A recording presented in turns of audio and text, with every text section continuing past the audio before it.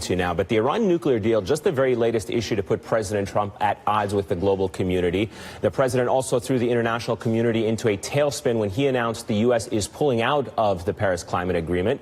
Trump has also signed a number of executive orders threatening rights of immigrants and refugees. And now the U.S. is pulling out of UNESCO, accusing the United Nations Organization of anti-Israel bias. Let's bring in our panel to break all of this down for us. Richard Stengel, MSNBC political analyst, also served as Undersecretary of State under John Kerry, Ambassador Nancy Soderberg, former U.S. ambassador at the United Nations, and Mark Dubowitz at the Foundation for Defense of Democratic Strategies. It's great to have all of you with us. Ambassador Soderberg, if I may begin with you, we're seeing the Trump administration here really breaking out of this agreement. Although it's staying part of the JCPOA, it is breaking out from its European allies over the Iran issue.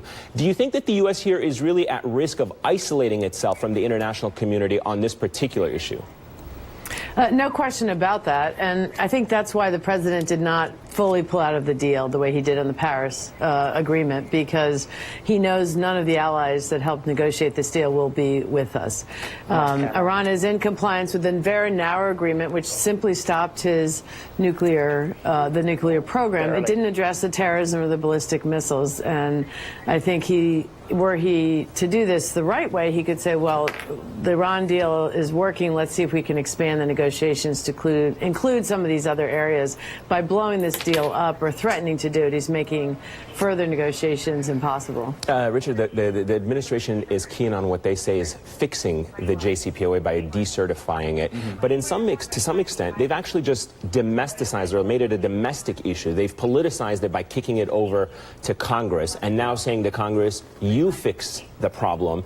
Nothing has changed about the deal whatsoever. It's maybe putting it on weaker legs, but the deal is still the deal. Yes.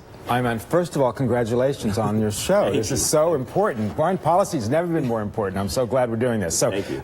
To get to your question, there is a political dimension. I think if President Obama negotiated the sun coming up tomorrow, then President Trump would want to negotiate the sun not coming up tomorrow. So he's politicizing it. What's strange and disturbing, I think, is that we're better off in an absolutely scientific way. It's not even subjective, right? Yeah. Iran was a threshold nuclear state when Secretary Kerry and the State Department started negotiating with them 2 years ago. Their breakout period was a matter of weeks or even months. Now, whether you dispute whether it's 10 years, 15 or 20 years, that's so much better than where they were before. So this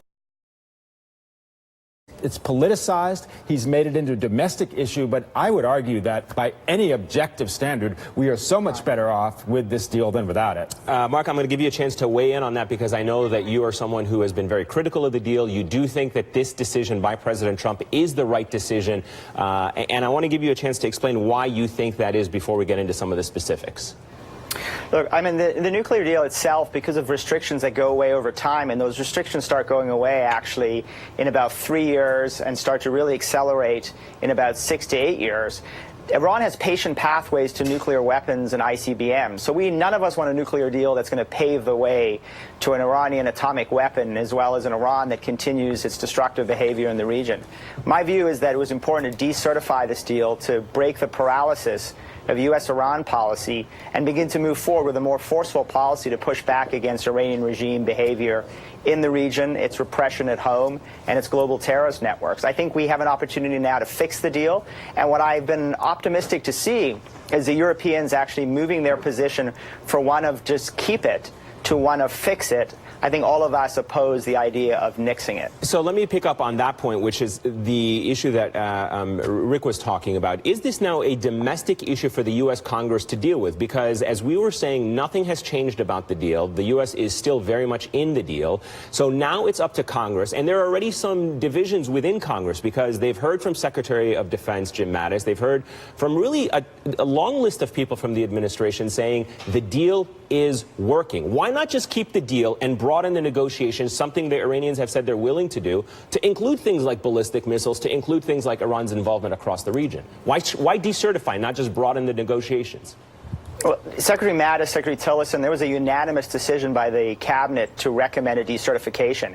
And I think all of them recognize that while the in the national security interests of the United States for now, and that we should keep the deal and not nix it for now. But Mattis said we should stay in the deal.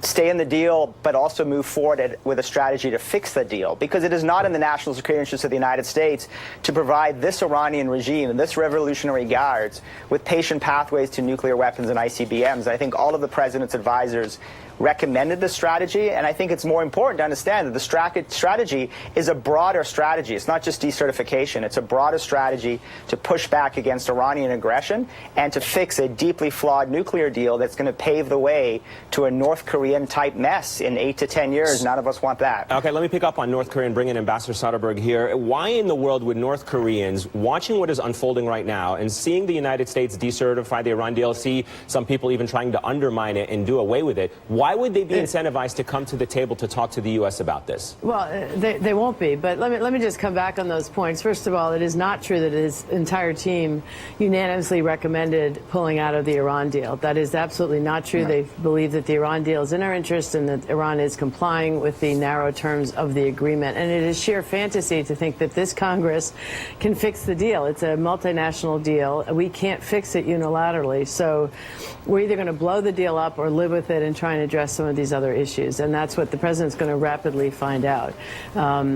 This is a play to his base. Again, all he does is play to his base. And anything that Obama did, short of questioning whether Osama bin Laden is dead, this administration is going to try and do, and it's going to undermine us with our allies. In Korea in particular, we need to have the Chinese put pressure on there. This undermines the effort to walk away from North Korean war. I think what the administration has decided to do is do a pinprick strike against the ballistic missile weapons in North Korea, and then that will trigger a very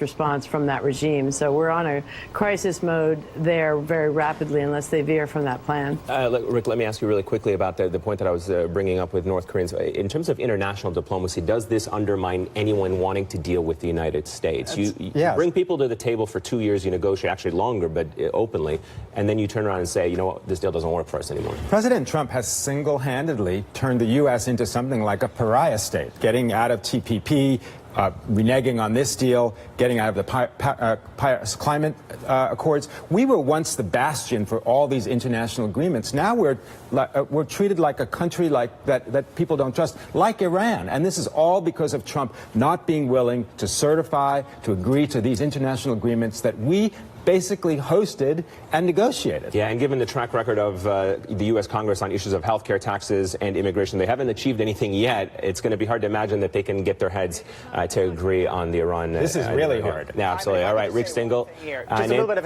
historical perspective.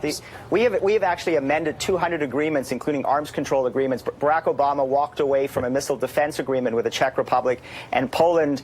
President Bush actually canceled a ballistic missile. The notion that somehow this is unprecedented is fantasy. This has happened hundreds of times, including with the Soviet Union, when they had nuclear-tipped missiles aimed at our cities. So let's keep it in a historical perspective as we evaluate the way forward. But you need to get your facts guys, I'm sorry. right. We can be talking about this. We can be talking about this all hour long, and we certainly will have a lot more conversations about the Iran nuclear deal, especially when it starts getting to Congress. But we've run out of time. I appreciate Rick Stingle, Nancy Soderberg, Mark Dubowitz. Thank you very much for joining us this Sunday. Thanks so much.